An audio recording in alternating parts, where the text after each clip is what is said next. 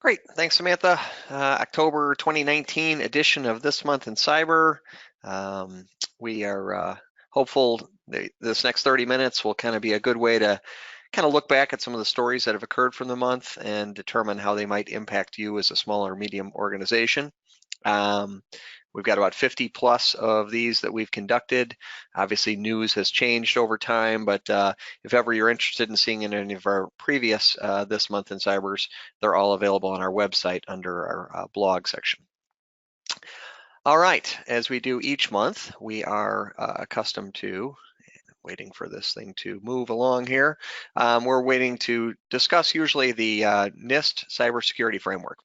We kind of use that as helpful backdrop just to remember that not every incident can be prevented, that indeed sometimes an equal amount of time needs to be spent on the reaction side, and central and the heart of everything is oftentimes detecting and knowing when something's going on in your environment.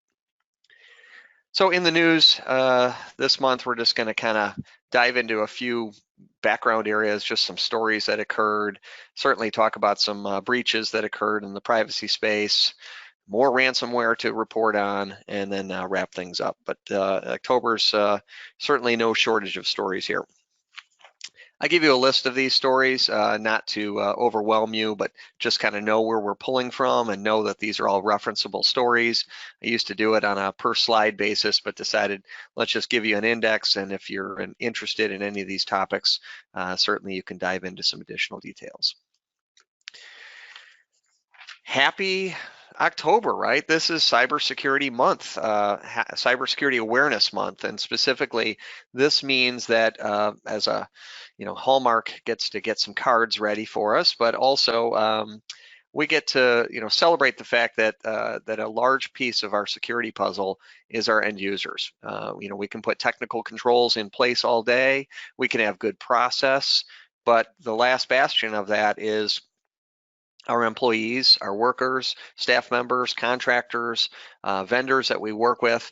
They're all part of your cybersecurity plan, and having plans for them that include training, testing, periodic awareness, all of those things are extremely important.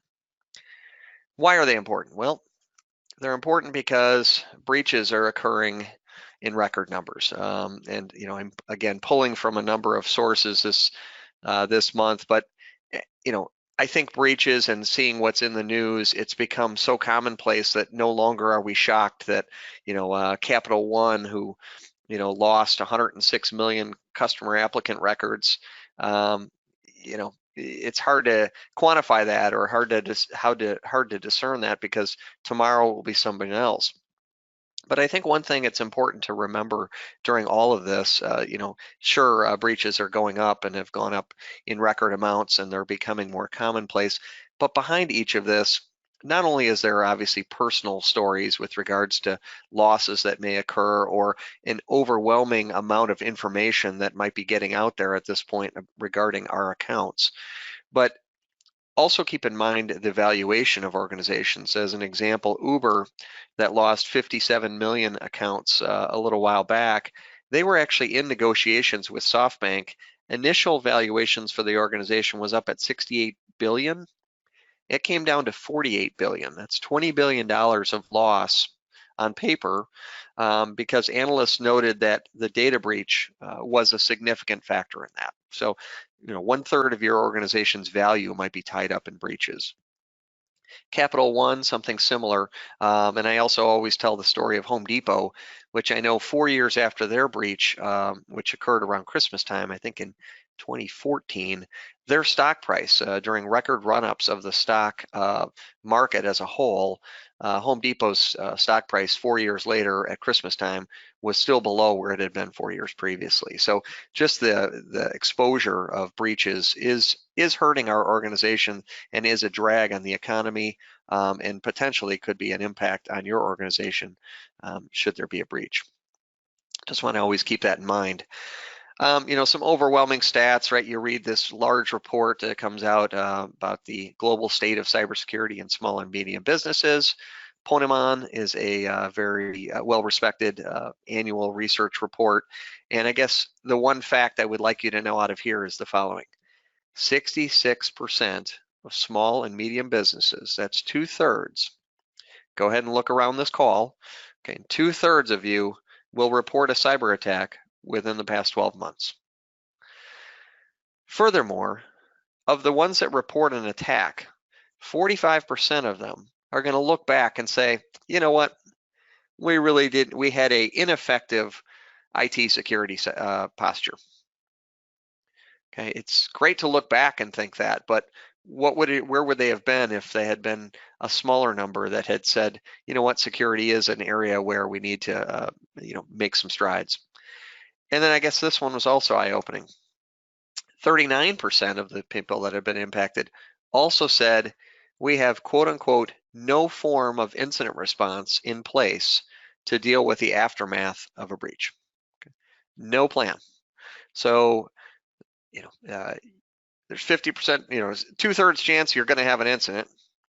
50% of you aren't going to have the proper security infrastructure to handle that incident, and 40% of you don't have a plan organized for when you do have the incident.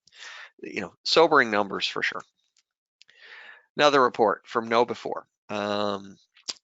KnowBe4 obviously has a little bit of a bend towards security awareness. That's why I kind of put it in here. So I take all of the facts that they produce with a little bit of a grain of salt.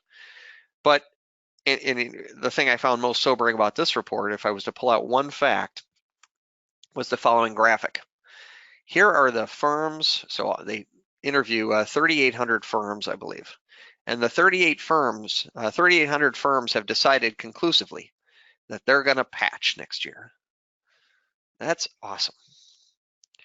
If the top priority and top focus area is patching, what else is the organization and the IT focused on at this point? I mean, it kind of seems like a pretty basic operation. I point the arrows on the left were all with regards to pretty basic areas that, I'm going to call it somewhat commoditized. At this point, we're doing patching for 2,500 plus systems a month.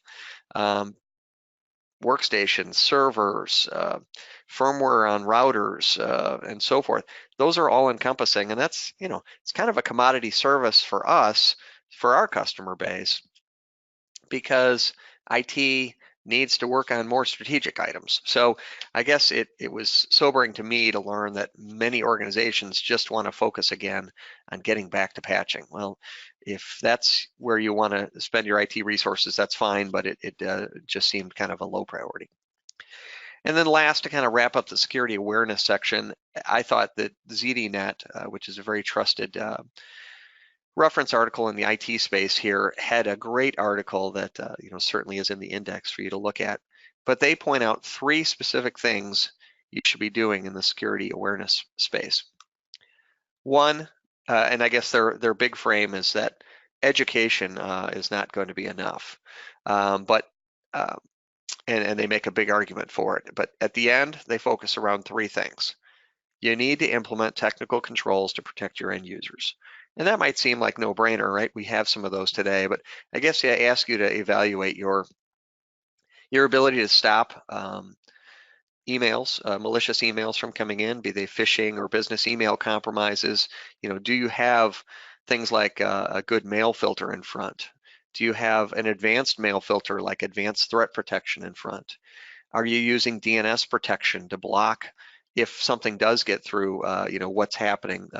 Where are you blocking users from going to those facilities, either through your firewall or if they're at home, maybe through some DNS protection? Do you have a next generation firewall? Do you have next generation antivirus? Are you patching within 30 days or less across all systems? Are you looking at your perimeter logins? Are you using MFA? The 8 things I mentioned there, I'm going to call the basics. You have to have those in place. Those are technical controls for protecting end users. Number 2, educating your workforce to recognize phishing attempts. Okay, that is clearly what you're doing today. You're participating in security awareness. How does that message get out more broadly to your organization? Do you have annual training, monthly training? Do you have lunch and learns? Are you doing testing? Is there transparency with regards to, when incidents occur? Are there, Are you generating like water cooler conversations around your organization, meaning you've got a culture of security awareness? Those are things to strive for, and certainly organizations are kind of ramping up, and it's a good focus this month, obviously, to shoot for things like that and to enhance your security awareness plan. And third is, all these great things that we're talking about, implementing technical controls, having good patch processes, and putting in security awareness. And at the end of the day, you have to plan for technical and human failure. You have to think through to paper the tasks, responsibilities, and timeline, as well as predetermining what resources you're going to need when all of your systems are unavailable. Getting attacked today should not be a surprise, and nor should your response. Those were my clever notes that I thought I'd write down.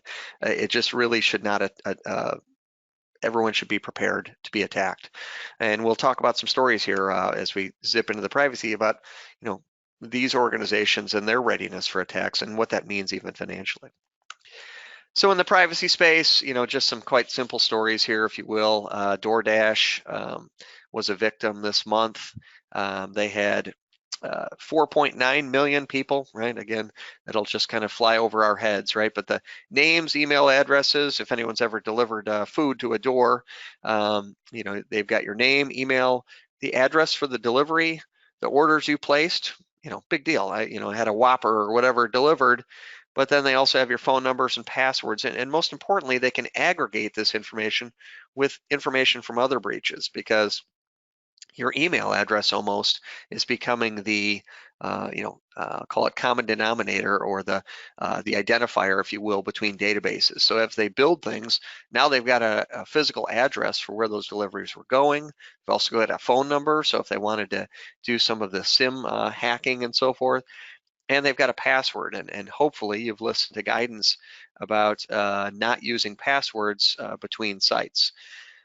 Maybe more dramatic is there's 100,000 of the drivers for DoorDash where the full driver's license number was also compromised. DoorDash, of course, is reaching out to those that were compromised, and I'm sure offering credit protection and other things. Oh, good old Dunkin Donuts. Now this is where the story gets even personal here for me, but we'll start with Dunkin Donuts. Dunkin Donuts, and this actually happened back in 2016. So you might ask why I'm rehashing this in October, but back in 2016, Dunkin Donut, someone got into the Dunkin Donut servers and databases, and over several months, the attackers got the credentials, Dunkin Donut profiles for those that had registered for Dunkin Donut refillable cards. And those reloadable cards were used to make purchases, basically using logins and passwords from other databases that they threw against this Dunkin Donuts database and said, okay, now I know that user and that password for that card. And they went off and sold those cards, and people were bilked, if you will, out of lots and lots of their own money, and free Dunkin Donuts for everyone. That said, this occurred in 2016. However, just got announced, and basically the lawsuit for this month is alleging that Dunkin Donuts did not do enough to notify their customers of this breach back in 2016. So that lawsuit came out in October this month, and that's why they're. And kind of I won't call it a funny personal story, but as of yesterday, my wife texted me in a bit of a panic and said that, hey, her and I choose to use a password on our Starbucks account that is used on other accounts, right? I'm going against my own advice we've provided in the past. Because she and I share it, we don't use the password manager on it as we should, and so on and so forth. So a couple bad practices there. And what has it led to? Well, indeed, it led to someone using that password that they had found probably on another account and used it against our Starbucks, and enjoyed some free coffee on us and a few more breakfast items out in New York on Sunday morning, and did so twice. Also tried to reload $100 increments onto the card, because as the Starbucks fraud department stated, in some states, she didn't clarify if New York is one of them, in some states, off the reloadable cards, you can actually get cash. The state mandates that that's allowed. So my guess is that they were trying to reload up that card and actually take cash off there instead of croissants. But fortunately, happy trail to the ending. We were vigilant about watching the account. We ended up changing the password right away. And lo and behold, in the last year, Starbucks has also come out with an MFA option for their logins and passwords. So I might employ that you take advantage of that if you have any concerns. Always take advantage of MFA when possible. And we'll talk more about that shortly. Equifax, brief update here. Equifax has been in the news, obviously, dramatically. Customers of Equifax, of which we are all customers, they have a lot of our information. There was a settlement quite a while, maybe a few months back. I think I reported on it at that point. You may want to look back to determine if you're eligible. My guess is that you likely are. I would ask you to be very vigilant around what websites you're checking for that. The FTC or Federal Trade Commission would be the authoritative source on that. So watch out for phishing campaigns around Equifax settlements and so forth. But the gist of this story is now moving past the customer settlement, and now we're getting into stockholder settlements, which are starting to occur this month. There are 373 class action lawsuits from stockholders that they've suddenly merged into one against Equifax. And these stockholders are alleging, and this is where the kind of the interesting part of the story is that Equifax, for as many resources and so forth as they had many services that were protected by login of admin and a password of admin. They had encrypted servers that had keys stored on the exact same server in plain sight. So it was quite easy to unencrypt the data as the keys were sitting right there and present, and a number of other security deficiencies that stockholders are pointing out. So it's only post-event that you find out that the dirty laundry, if you will, of how organizations really need to tighten up their procedures in order to protect customer data. And I think the last story in this space I wanted to leave us with is Google and Microsoft 100% agree. And I would say I'm going to throw Peters and Associates in there too. If you use multi-factor authentication, you won't get hacked on that account. It's really just that simple. Microsoft is basically saying passwords don't matter anymore. The author specifically of this article states that advice like, oh, just never use a password that's been seen in a breach, or use really long passwords, that's bad guidance, and that doesn't help and doesn't work. What does work is multi-factor authentication. Google's statement is, our research shows, and by the way, in May, I guess, of this year, they now require enforcement of, so when you're logging in, enforcement of a recovery phone number, which effectively, in their case, turns on the MFA option. And their quote is, our research shows that simply adding a recovery phone number to your Google account can block up to 100% of automated bots, 99% of bulk phishing attacks, by the way, that's what we're typically under as an organization, and 2/3 of targeted attacks that occur during our investigation. So Google and Microsoft agree, and they've tried to make it easy to turn on MFA. So as an organization, what are you waiting for? We'll talk later about our ability to help you with what we call the one-day MFA and kind of getting that started at your organization. Let's dive into the last aspect of our webinar here on ransomware. Couple updates. One is, and this is kind of big news from my perspective.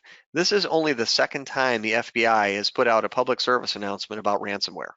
So as much as I've been ranting and raving, and maybe you've been reading about and so forth, ransomware has hit a new high, if you will, with regards and to bring it to the FBI's attention. They first talked about it in September of 2016 when it just became a thing, was coming on the market. It was kind of running rampant. There were a lot of, I'd call script kiddies or lower level actors that were trying to elicit ransomware from either home users or kind of in a random fashion. What's shifted now is, as the FBI would talk about in this public service bulletin, is, and the reason they put it out as high impact is because it's high impact for two reasons. One is it's specifically targeting healthcare organizations, industrial companies, and the transportation sector. They are seeing, and as I've been reporting, the municipalities like city of Baltimore, right, just a little while back, we had those 23 cities in Texas a little while back, and this announcement came out the day after 3 hospitals in Alabama were shut down due to ransomware, and I think that's actually our next story. Or actually, we have an update on the next story. And then I guess the second reason I think the public service announcement is out there is, to a high degree, ransomware has shifted from, this, I wonder who this is going to impact, to ransomware is a weapon. And as a weapon, when things like credentials are leaked, you're now, it used to be that you might get a business email compromised and they try to solicit things that way. But now they're indeed trying to elevate their privileges within your organization to use ransomware to lock up your backup files so that you can't restore them later, to lock up some key servers that will be important. As a school, if I locked up your student management system, that means you're not able to open on time. And indeed, in August, we had several schools that were not able to open on time and had to delay for 2 weeks. So they're using this as a weapon, and they're using it specifically at a time that's least that is most dangerous, if you will, and you're most likely to pay during. Couple small stories here. Pitney Bowes, which is a pretty large organization, was hit on October 14th. My big takeaway from that story was that Moody's, which rates the credit worthiness of organizations, is actually factoring in cyber incidents as a item now, and they're looking at Pitney Bowes as what they call credit negative. So they haven't lowered their score, but they're basically watching as to how Pitney Bowes is going to respond to ransomware, what their incident response plan looks like, and they'll determine their outlook and credit ratings for Pitney Bowes. Obviously, any hit, even the credit negative ranking, makes it harder to raise money and definitely impacts the stock price. This one should make everyone quiver. Hopefully those names are either, hopefully I'm not telling you something new if you have a QNAP or Synology device. These are typically NAS devices. These are large categories, so I don't want to say that if you have a QNAP, you have a problem, but certainly QNAP and Synology devices, typically NAS devices, are specifically being targeted from the perspective of ransomware. There are people are basically brute forcing the NAS devices that use weak passwords for their admin service, which is up in the cloud. And then they get onto the NAS devices and they encrypt the user files and save a copy of the decryption files on their server. Specifically, they've been using various ransomware. One of them was called Mushtik, which I think I'm pronouncing correctly. And one of the silver lining stories here is, because we're always looking for the silver lining, right, is they unfortunately, this gang of ransomware gentlemen, personnel, I guess, went after someone who happened to be a pretty good cybersecurity professional himself. I'll call him a white hacker in this case. And he was so angry that his NAS device was locked up that he basically back-end reverse engineered the keys for it and published the keys out there. So no longer can some of those devices be impacted by that same ransomware. So, it's kind of funny there. Despite his actions, it's very unlikely he'll be prosecuted for hacking since it helps thousands of victims. However, security researchers advise that you work with authorities when hacking back. So there was a silver lining. The hackers got their own taste of their own medicine back as things were published. These were the hospitals that got impacted. This was in Alabama, Tuscaloosa, Northport, and Fayette were forced to switch to a manual paper system to track patient data. All 3 hospitals said they would divert all but the most critical new patients. Imagine a hospital that makes money from taking care of people, or imagine if you're under a need for care and you go to the hospital and they say closed on it, just due to the outage. So a little update on this story. The hospitals ended up paying the ransom. In their case, we worked with law enforcement and IT security to assess all options in executing the solution we felt was in the best interest of our patients. Basically, that means their backups were likely impacted. This included purchasing a decryption key from the attackers to expedite system recovery. So when I say expedite system recovery, I would point back to the fact that this is weaponized, and one of the things that's coming up, and I think I have a little, it doesn't build on top of that. I had a little graphic that built on top of that, but people are mad because the ransomware that they're using on this, which is called Ryuk, R-Y-U-K, is particularly bad, meaning it not only decrypts or encrypts items, but when it can't encrypt an item, it basically makes it unusable. So in the hospital's case, in addition to paying the ransomware and getting the key is going to unlock 88% of their files potentially. Another 12% of their files are unrecoverable, meaning I can't get it from backup, and I probably can't get it from my production sites. It's just a random thing that 12% of your files are not going to be recoverable. So your ability to restore is still extremely important. And as we go into a wrap, I guess I just want to state that we do obviously have more events on this. We have an event later this week targeted mostly towards smaller organizations and schools. And it's part of a 3-part series called Who You Gonna Call for what your response plans might look like. We obviously are recapping through our blogs all of our previous events, including webinars like this, as well as a couple blogs a week on various topics that might be of some interest to you. We have a number of free services for you to take advantage of if you want to kind of dip your toe in the water. But one I kind of wanted to really, and I guess the vulnerability scan is worth talking about, because one of the things we're noticing is that in addition to compromises of, I'll call it low-level credentials, one of the other indicators of compromise, or IOCs, that we're seeing is people are using RDP to get into organizations. Now, RDP is not typically a protocol that you would allow out. In some cases, we would advise against that, I guess, rather, to use RDP directly out. But it certainly is one of the protocols that that people are using to get in from a hacking perspective. And so what we're doing is we're evaluating for RDP. We're doing port scans for RDP on a nightly basis for our customers that are signing up for some of those services. So if you need to have RDP evaluated, what does your IP range look like, or a free vulnerability scan, please let us know.